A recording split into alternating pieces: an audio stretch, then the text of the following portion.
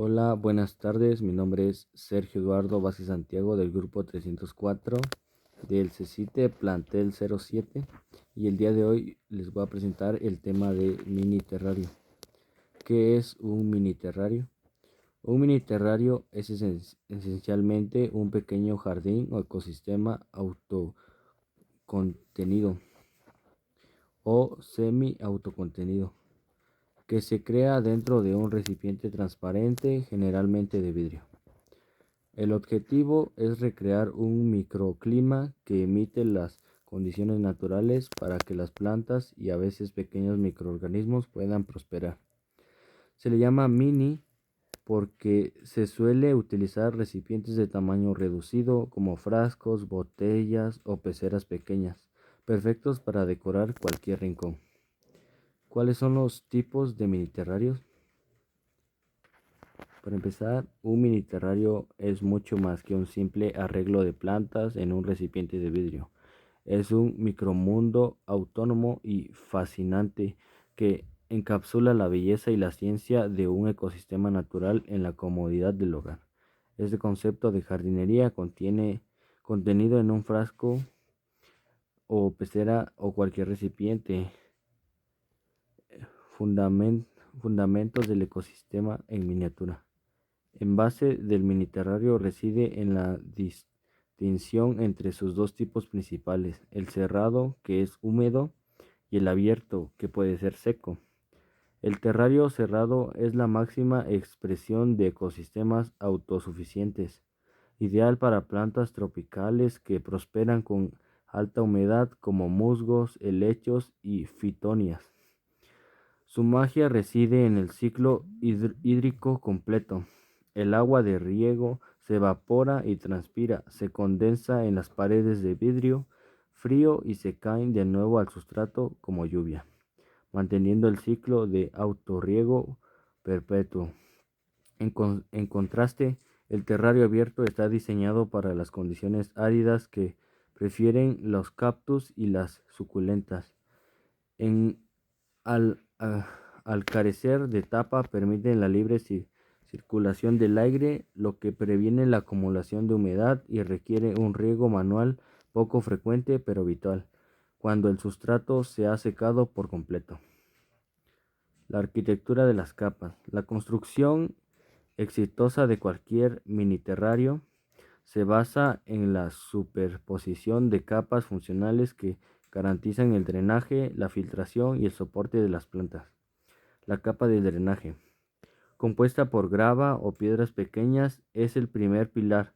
Su función es crucial: recoger el exceso de agua y evitar que las raíces de las plantas se pudran por el estancamiento de humedad. Capa filtrante. El carbón activado, especialmente indispensable en los modelos cerrados, actúa como un purificador, absorbiendo toxinas, malos olores y previniendo el crecimiento de moho y hongos que puedan desequilibrar el sistema. Sustrato. La tierra adecuada al tipo de planta constituye la capa de soporte y nutrición. Para terrarios húmedos se prefiere una tierra rica en materia orgánica. Para los áridos, una mezcla con abundante arena o perlita para asegurar un drenaje rápido. Elementos vivos y decorativos. Finalmente, las plantas se colocan estratégicamente, a menudo junto a musgos que ayudan a retener humedad superficial, y elementos decorativos como piedras y pequeños troncos, utilizando técnicas de terrascoping para crear profundidad y un punto focal estético. La ciencia detrás de los ciclos de vida. El terrario cerrado es un laboratorio viviente donde se observan tres ciclos biogeoquímicos fundamentales que más adelante les voy a explicar cuáles son los ciclos. Ahora vamos con los tipos de mini terrarios. Tipos de mini terrarios. El cerrado. Las características claves son: están sellados con tapa, genera su propia humedad. Las plantas ideales: helechos, musgos, Fitonias, que son plantas tropicales. Ciclo del agua. Autocontenido. El mismo crea la evaporación, su condensación y la precipitación que simula ser la lluvia. Para los abiertos, sin tapa, permite la circulación del aire. Las plantas recomendadas pueden ser los cactus y las suculentas, que pueden ser áridas. Requiere riego manual moderado. También podemos encontrar los terrarios de diseño, el arte del paisaje. Esta categoría se enfoca menos en el microclima y más en la estética y el arte. Terrario de paisaje, terrascaping. El objetivo aquí es crear una escena natural a escala como una montaña, un valle boscoso o un paisaje rocoso. Se utilizan materiales como madera, piedras de textura interesante y musgos para mantener la escala y la proporción. La elección de plantas es secundaria a la composición visual. Jardín de hadas, que es otro tipo de mini terrario, o también mini jardín. Estos terrarios son puramente temáticos, incorporando figuras de miniatura, casitas y senderos para contar una historia de fantasía o recrear un jardín a escala. Se usan plantas de muy lento crecimiento y se requiere poda regular para que no se desproporcionen las escenas. Terrarios avanzados, proyectos específicos. Finalmente, existen tipos que tienen fines más allá de la mera decoración vegetal. Vivarium. Este tipo de amplio y se explica a recintos diseñados para mantener animales como reptiles, anfibios o insectos. Además, las plantas requieren sistemas avanzados de control de temperatura, humedad e iluminación. Las plantas deben ser seleccionadas cuidadosamente para que sean seguras para la fauna alojada. Waki Kusa, originario de Japón, es un concepto a medio camino entre el acuario y el terrario. Consiste en una bola de sustrato compactada con plantas que se colocan parcialmente sugeridas en un recipiente de agua o un ambiente de altísima humedad. Es posible entre los acuarios que cultivan plantas de acuario de su forma terrestre, emerse. En conclusión, la elección del tipo de mini terrario define no solo su apariencia, sino la ciencia interna que lo rige. Entender si se necesita un sistema cerrado, un autónomo o uno abierto y ventilado es el primer paso para crear un ecosistema exitoso y duradero. Y ahora los componentes que puede llevar un mini terrario. Componentes abióticos son los productores, plantas y carbohidratos, lo que convierten de la luz a la glucosa. Usan agua como solvente y absorben minerales. Microorganismos del suelo, bacterias saprófitas, actinomicetos, hongos filametosos. Son los verdaderos motores químicos. En un terrario sin microorganismos, las plantas no se alimentan, solo sobreviven. Microfauna. Colémbolos, isópodos, ácaros. Consumen hongos y restos. Airean suelo, previenen putrefacción. Son equivalentes a lombrices o escarabajos del bosque. Factores abióticos. No son decoración. El agua ocupa poros del sustrato, transporta nutrientes, regula tensión superficial y controla la temperatura interna. Temperatura. Los terrarios cerrados pueden tener microclimas internos, pared caliente, suelo fresco, zonas húmedas, burbujas de vapor. Gas. El CO2 sube y ahí es donde entra la fotosíntesis. El O2 sube y ahí entra la respiración. Ciclos respiratorios día y noche. El vidrio hace de atmósfera. Unos factores más que son abióticos pueden ser las rocas, el sustrato de la tierra y pues como tenemos ahora los ciclos biogeoquímicos, que ya los había mencionado anteriormente, pero ahora les traigo la especificación completa de qué son.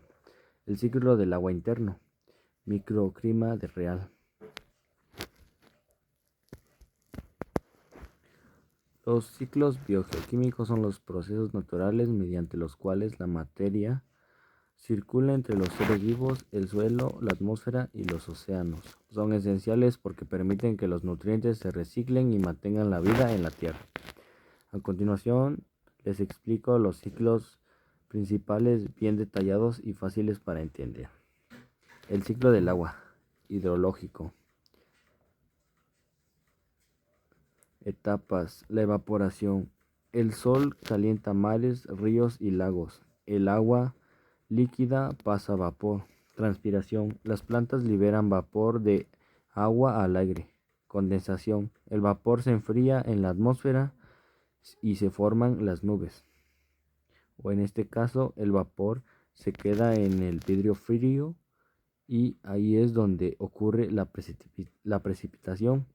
Cuando el vidrio está frío, el vapor se va condensando y se convierte en agua. Y el agua vuelve a la tierra como lluvia. El ciclo del carbono ocurre igual que en la naturaleza, pero en miniatura. Las plantas hacen la fotosíntesis, toman el CO2 y producen O2. La respiración. Las plantas de día y noche, los microorganismos, los hongos consumen CO2, O2 y devuelven CO2. Descomposición. Hojas secas o raíces muertas, las bacterias y los hongos las degradan, liberando CO2 al aire del terrario y nutrientes al suelo. Esto mantiene el aire vivo dentro del terrario. Ciclo del nitrógeno. Este es clave para que las plantas no se mueran. Las bacterias del sustrato transforman desechos orgánicos y restos de plantas en formas de nitrógeno aprovechables.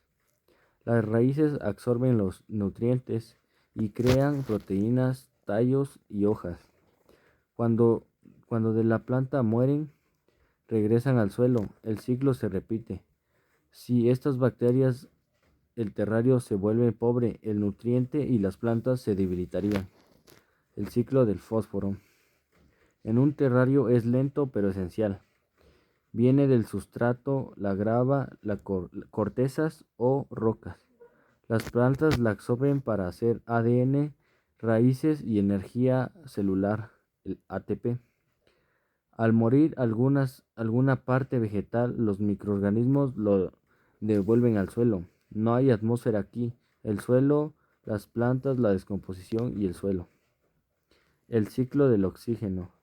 Perfectamente equilibrado si está bien armado. Las plantas en el día producen O2, la respiración, que puede ser en el día o en la noche. Las plantas, las bacterias y los hongos consumen CO2 y consumen el O2 y liberan el CO2. Si hay demasiadas plantas, mucha humedad o poco sol, le puede salir moho y el oxígeno baja. El ecosistema se desequilibra. ¿Por qué funciona un mini terrario? Porque en un ecosistema cerrado la materia no sale ni entra, solo se transforma. Lo único que entra es energía, que es la luz. Eso activa todos los ciclos. Consejos para que los ciclos funcionen bien. Se necesita luz directa, nunca sol directo. Regar solo al inicio. Después el ciclo del agua se mantiene. Usar plantas compatibles, musgos, helechos, minifotonías, buen sustrato, capa de drenaje que pueden ser piedras, carbón activado y tierra rica.